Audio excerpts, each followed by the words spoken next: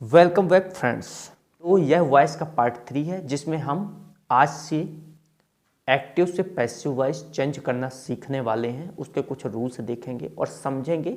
यदि आपको टेंस में भी कोई कन्फ्यूजन है तो इसके साथ साथ आपके टेंस भी कंप्लीट हो जाएंगे।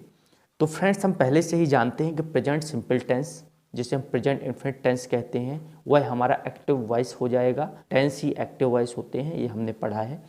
तो हम यहाँ पर इसके दो पोर्शन रख रहे हैं एक्टिव से पैसिव चेंज करने के लिए। यहाँ पर एक्टिव वॉइस हमने लिखा है और पैसिव वॉइस यहाँ पर राइट कर दिया है।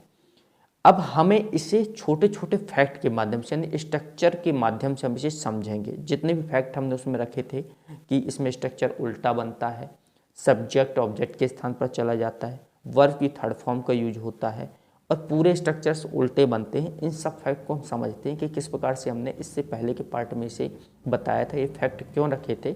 इसके माध्यम से आपका वॉइस एकदम सरल हो जाएगा। एक्टिव वॉइस यानी कि टेंस, प्रेजेंट इन्फिनिट टेंस। सबसे पहले उसकी आईडी समझ लेते हैं। तो हमने इससे पहले ही पढ़ा है टेंस के सेशन में कि प्रेजेंट इन्फिनिट की जो आईडी होती है वो होती है ता है, ती है, ते हैं, ता हूँ।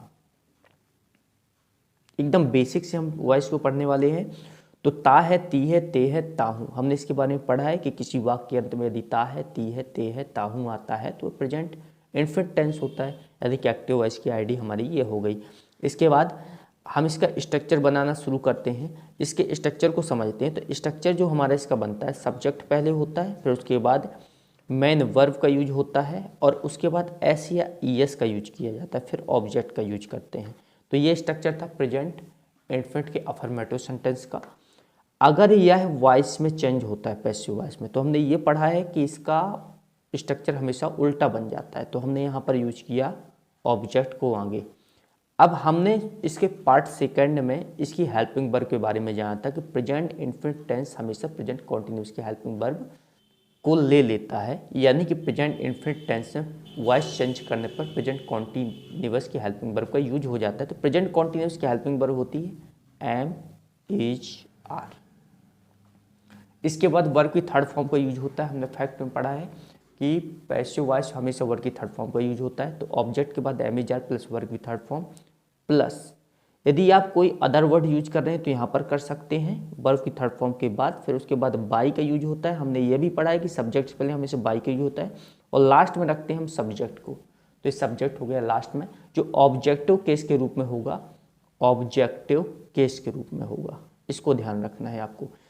निगेटिव का स्ट्रक्चर होता है सब्जेक्ट के साथ डू या डज, फिर यूज होता है नॉट, फिर यूज होता है मेन वर्ब की फर्स्ट फॉर्म प्लस ऑब्जेक्ट। अगर हम इसे निगेटिव में चेंज करते तो यहाँ ऑब्जेक्ट के बाद एम, इज, आर का यूज होगा। स्ट्रक्चर सेम वैसे ही बनेंगे और उसके बाद नॉट का यूज हो जाएगा, क्योंकि हेल्पिंग वर्ब के बाद हमेशा नॉट का यूज होता है। तो यहाँ एम, इज, आर के बाद भी नॉट का यूज होगा। वर्ब की थर्ड फॉर्म का यूज होगा। इसके बाद यदि कोई ऑब्जेक्टिव अदर वर्ड आ रहा है तो आप इधर लगा सकते हो और उसके बाद बाई का यूज है और उसके बाद हम करेंगे सब्जेक्ट का यूज, वो भी ऑब्जेक्टिव केस के रूप में। मैं इसको बार बार लिख नहीं रहा हूँ। ऑब्जेक्टिव केस आपको याद रखना, सब्जेक्ट लास्ट में रहेगा। इंटेरोगेटिव अगर बनाते हैं तो हेल्पिंग वर्ब आगे आ जाती है, चूंकि क्वेश्चन मार्क लगता है तो डज हमने डू या डज आगे ले लिया। सब्जेक्ट के बाद है मेन वर्ब की first form plus object. Passive voice का जो स्ट्रक्चर बन जाएगा उसमें हेल्पिंग वर्ब इसकी एम, इज, आर है तो ये आगे आ जाएगी। एम, इज, आर आगे आया, ऑब्जेक्ट उसके बाद सब्जेक्ट के स्थान पर ऑब्जेक्ट प्लस वर्ब की थर्ड फॉर्म, अदर वर्ड यहाँ होता है बाई इसके बाद और सब्जेक्ट लास्ट में ऑब्जेक्टिव केस के रूप में। इसी प्रकार से इंटेरोगेटिव निगेटिव की हेल्पिंग वर्ब हो जाती है डू या डज। हमने यहाँ पर सब्जेक्ट यूज किया, सब्जेक्ट के बाद not plus main verb plus object. ये स्ट्रक्चर होता है इंटेरोगेटिव एंड निगेटिव का। इसका भी इंटेरोगेटिव निगेटिव जब भी बनेगा तो यहाँ पर एम, इज, आर का यूज हो जाएगा। फिर वो यूज होगा यहाँ पर ऑब्जेक्ट, फिर उसके बाद नॉट, फिर V3 यानी कि वर्ब की थर्ड फॉर्म का यूज बाई प्लस सब्जेक्ट। तो आई होप स्ट्रक्चर आपको समझ में आ गई कि हमने स्ट्रक्चर सेम ही रखा है, बट इसमें केवल सब्जेक्ट और ऑब्जेक्ट का गेम है। सब्जेक्ट और ऑब्जेक्ट में हमने ऑब्जेक्ट को सब्जेक्ट के स्थान पर, सब्जेक्ट को ऑब्जेक्ट के स्थान पर रख दिया है। हेल्पिंग वर्ब चेंज हो रही है, डू या डज का प्रयोग हो रहा है एम इज आर में। इसके पहले के पार्ट में सब बताया गया कि हेल्पिंग वर्ब किस प्रकार से चेंज होंगी। तो प्रेजेंट इनफिनिट टेंस में आप देख रहे हैं कि प्रेजेंट कॉन्टिन्यूअस टेंस की हेल्पिंग वर्ब का यूज हो रहा है लिया है। तो सभी फैक्ट यहाँ पर यूज हो रहे हैं जो इससे पहले के पार्ट में हमने पढ़ा है। अब हेल्पिंग वर्ब की यूज के बारे में पढ़ लेते हैं। तो हेल्पिंग वर्ब का यूज जैसे हम बात करें एस या ई एस का, तो एस या ई एस का यूज हमेशा ही सी इट नेम और सिंगुलर सब्जेक्ट के साथ यूज होता है। आपने इसके बारे में पढ़ा है कि सिंगुलर सब्जेक्ट के साथ एस या ई एस का यूज होता है और डज का यूज हो जाता है नेगेटिव से। तो डज हेल्पिंग वर्ब है तो उसका भी यूज होगा नेगेटिव से, मतलब यहाँ पर डज हेल्पिंग वर्ब का यूज नेगेटिव से होना शुरू हो जाएगा। तो किसके साथ? ही सी इट नेम और सिंगुलर के साथ। इसी के साथ दे वी यू और प्लूरल के साथ दे वी यू, साथ में आई भी शामिल होगा। प्लूरल सब्जेक्ट के साथ डू का यूज होता है नेगेटिव से। तो यहाँ पर एस का हमने जिक्र नहीं किया, यानी कि एस का प्रयोग केवल सिंगुलर सब्जेक्ट के साथ ही होता है। प्लूरल सब्जेक्ट के साथ एस की यूज नहीं होता है, तो उसे हम वर्ब की फर्स्ट फॉर्म के साथ ही रखेंगे। और यहाँ पर डू का प्रयोग होगा, दे वी यू आई और प्लूरल के साथ डू का प्रयोग हो जाएगा। अब पैसिव वॉइस का भी समझ लेते हैं कि am is are helping verb use हो रही है। तो हमने टेंस की जो कंडीशन है कि एम का यूज आई के साथ होता है, तो आई के साथ एम का यूज हो जाएगा। आर का यूज होता है they we you plural subject, they we you और प्लूरल सब्जेक्ट के साथ। तो इसको भी ध्यान रखना है कि प्लूरल सब्जेक्ट के साथ दे वी यू प्लूरल सब्जेक्ट के साथ आर का यूज हो जाता है। इसके अलावा हमारे पास बचता है इच। तो इच का यूज होता है हमेशा ही सी इट नेम सिंगुलर के साथ। तो ही सी इट नेम सिंगुलर के साथ एस का यूज हो जाएगा। तो जब भी हम वॉइस चेंज करें तो हमको ये याद रखना है कि एक्टिव वॉइस में जो भी हेल्पिंग वर्ब यूज हो रही है, अगर उस हेल्पिंग वर्ब को हम देख करके या फिर यानी सब्जेक्ट को देख करके हेल्पिंग वर्ब चेंज कर रहे हैं तो ये हमारा रॉन्ग हो जाएगा। हमें उसके ऑब्जेक्ट को देख करके हमें यहाँ पर हेल्पिंग वर्ब का यूज करना है। अब ऑब्जेक्ट में ही सी इट नेम आ जाए या फिर आई वी दे यू आ जाए, ये आ जाए, इसके अलावा कोई ऑब्जेक्ट आएगा तो हमें पता है कि ऑब्जेक्ट कोई वस्तु होती है या कोई स्थान होता है या फिर ऐसी चीज़ें हो सकती हैं जिन पर बेस्ड सेंटेंस होता है। तो उसको हम समझेंगे कि सिंगुलर है या प्लूरल। सिंगुलर है तो इज लगा देना है, प्लूरल है तो आर लगा देना है। एक सेंटेंस लेकर देखते हैं, फिर हम समझते हैं कि किस प्रकार से यह चेंज हो रहा है। हमने एक सेंटेंस लिया है, एकदम बेसिक सेंटेंस है। यहाँ से आप समझेंगे एकदम जीरो लेवल से, तो आपको समझ में आ जाएगा वॉइस कैसे चेंज होता है। अगर मैं इसे अफर्मेटिव सेंटेंस नेगेटिव में, इंटेरोगेट नेगेटिव में, यानी कि टेंस में चेंज करूँ, सबसे पहले टेंस में चेंज करता हूँ, फिर इसको पैसिव वॉइस में चेंज कर देते हैं। देखिए यहाँ पर आप देखेंगे तो यहाँ पर सब्जेक्ट है आई, मतलब मैं। तो स्ट्रक्चर में आपने देखा कि सबसे पहले सब्जेक्ट का यूज होगा, फिर मेन वर्ब, फिर एस प्लस ऑब्जेक्ट। तो आई हमने यहाँ पर यूज किया,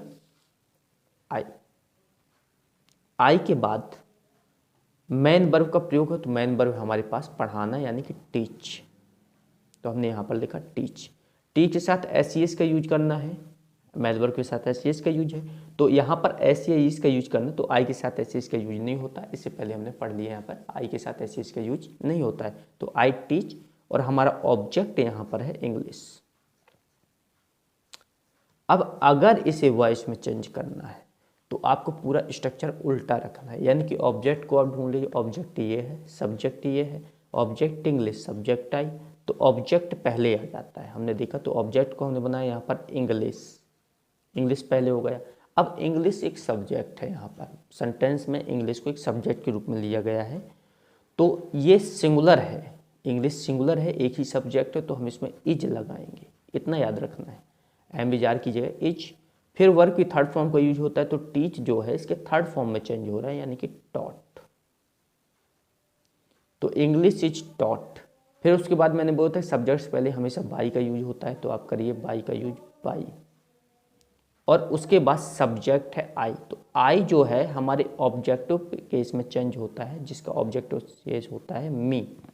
अगर आपने ऑब्जेक्टिव केस अभी तक नहीं पढ़ा है तो पार्ट 1 में चले जाएं वॉइस के, और उसको ध्यान से पढ़ लें। वहाँ पर हमने इसको बहुत अच्छे तरीके से समझाया कि सब्जेक्ट ऑब्जेक्टिव केस में जब कोई भी सब्जेक्ट ऑब्जेक्ट के स्थान पर जाता है तो ऑब्जेक्टिव केस में कैसे चेंज हो जाता है। तो आई होप ये समझ में आ गया होगा। तो आई टीच इंग्लिश का पैसिव वॉइस हो जाए English is taught by me. Negative में बनाना है तो बनेगा I do not teach English. इसको अगर वॉइस में चेंज करें तो इंग्लिश हमारा ऑब्जेक्ट है, इज लगा है, नॉट लगा सकते, is not taught by me, ये निगेटिव है, पैसिव वॉइस का निगेटिव सेंटेंस है। तो I do not teach English का हो जाएगा English is not taught by me. Interrogative में अगर बनाना है तो डू आई टीच इंग्लिश, ये इसका बन जाएगा इंटेरोगेटिव सेंटेंस कि क्या मैं अंग्रेजी पढ़ाता हूँ। अगर इसे वॉइस में चेंज करना है क्या मेरे द्वारा अंग्रेजी पढ़ाई जाती है, तो इस तरह से बन जाएगा। इसमें हेल्पिंग वर्ब आगे आ जाती है, यानी कि इज कहाँ आ जाएगा आगे, is English taught by me, taught by me, is English taught by me, ये भी बनेगा इंटेरोगेटिव सेंटेंस में। इसको अगर हम यहाँ पर बनाएं इंटेरोगेटिव नेगेटिव में, वैसे ये आता नहीं है बट इसको हम बनाना सीखना होगा कि हम किस तरह से हम इसे भी बना सकते हैं। तो do I not teach English, ये बन रहा है इंटेरोगेटिव नेगेटिव में। तो ये इसको भी हम चेंज कर सकते हैं कि इज इंग्लिश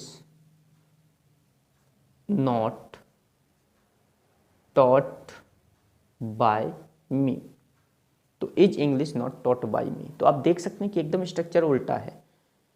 डू या डच के स्थान पर एम वी आर का यूज हो गया है, वर्ब की थर्ड फॉर्म का यूज होता है वर्ब के स्थान पर, वर्ब की थर्ड फॉर्म का यूज, और सब्जेक्ट ऑब्जेक्ट के स्थान पर है, इस कारण से वह ऑब्जेक्टिव केस में है।